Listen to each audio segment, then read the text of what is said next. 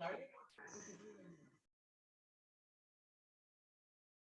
Hello everyone. Here I will discuss about the CASC. The title is Static Structural Analysis of Flywheel.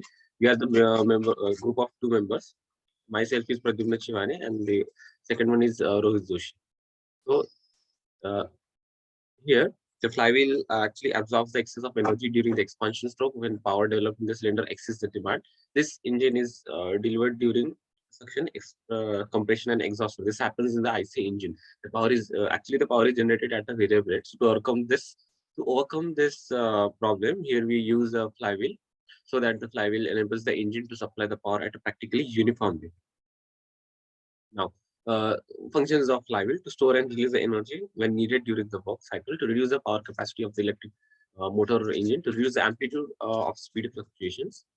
Now, here uh, we have taken an example of cast iron flywheel for the static structural analysis. Let us see its disadvantage is that it has a poor tensile strength as compared to the steel. It can have sudden and total failure, and then the machinability for is poor compared to the steel flywheel.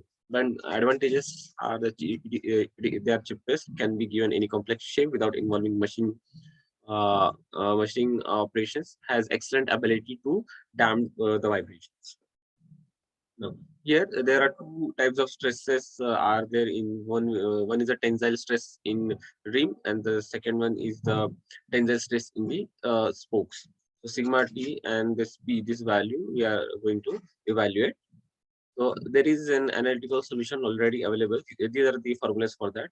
Analytically, the stresses in the spokes are 44.86 Newton per meter square, and in the rim area is about 98.5 Newton per meter square. And let us see this. Let us see the uh, this how these values comes out in FEA analysis tool by using Ansys Workbench, statistical analysis.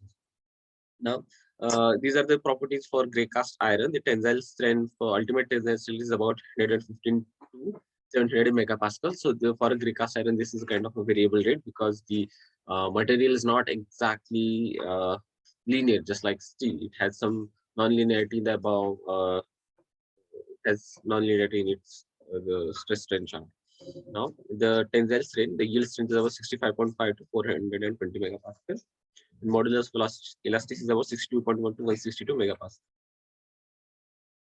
Here is a result summary. The directional deformation is given in in either x or z direction. Then the number of elements are tetrahedral 10 are given as 31,310. We have generated it using FEA2. Now let us move to the answers. Yeah, this is the geometry. This geometry doesn't appear to be as a simple geometry. So we'll need more meshing size, but as you can see, here the material assigned is a gray cast iron. Now, if you see the machine, statistics of meshing. So number of nodes are 58,466, and number of elements are 31,330 only. Tetrahedral mesh is applied here. So I tried to check for hexahedral mesh, but that was not successfully applied. And also, this was done using Ansys student version. So it has some limitations, and we actually needed a fine mesh. But this coarse mesh is not enough for this current FA analysis.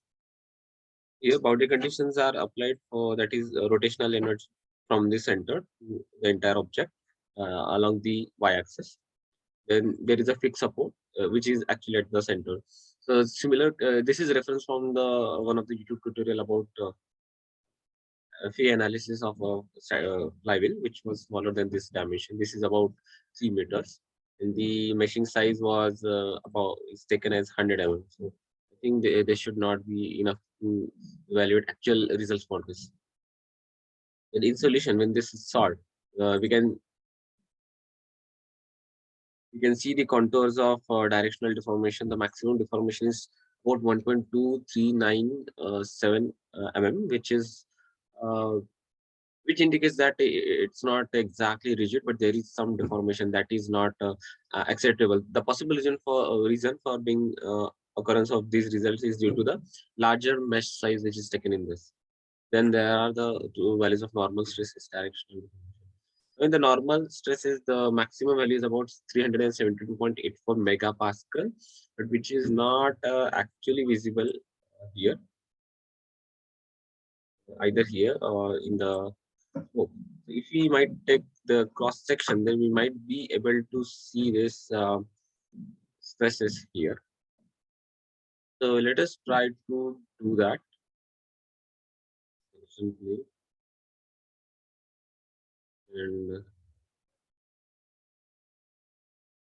even in the spokes, we can't see uh, this high value of stress. So they it might be somewhere in the rim portion. Yes, yes. So this is all about static structural analysis. Then also this is a periodic motion in, in a flywheel. So the machines which works on variable rate and needs to be uh, needs to be run at a constant rate. So that will be a periodic motion. So like we can do some model analysis and see the deformation.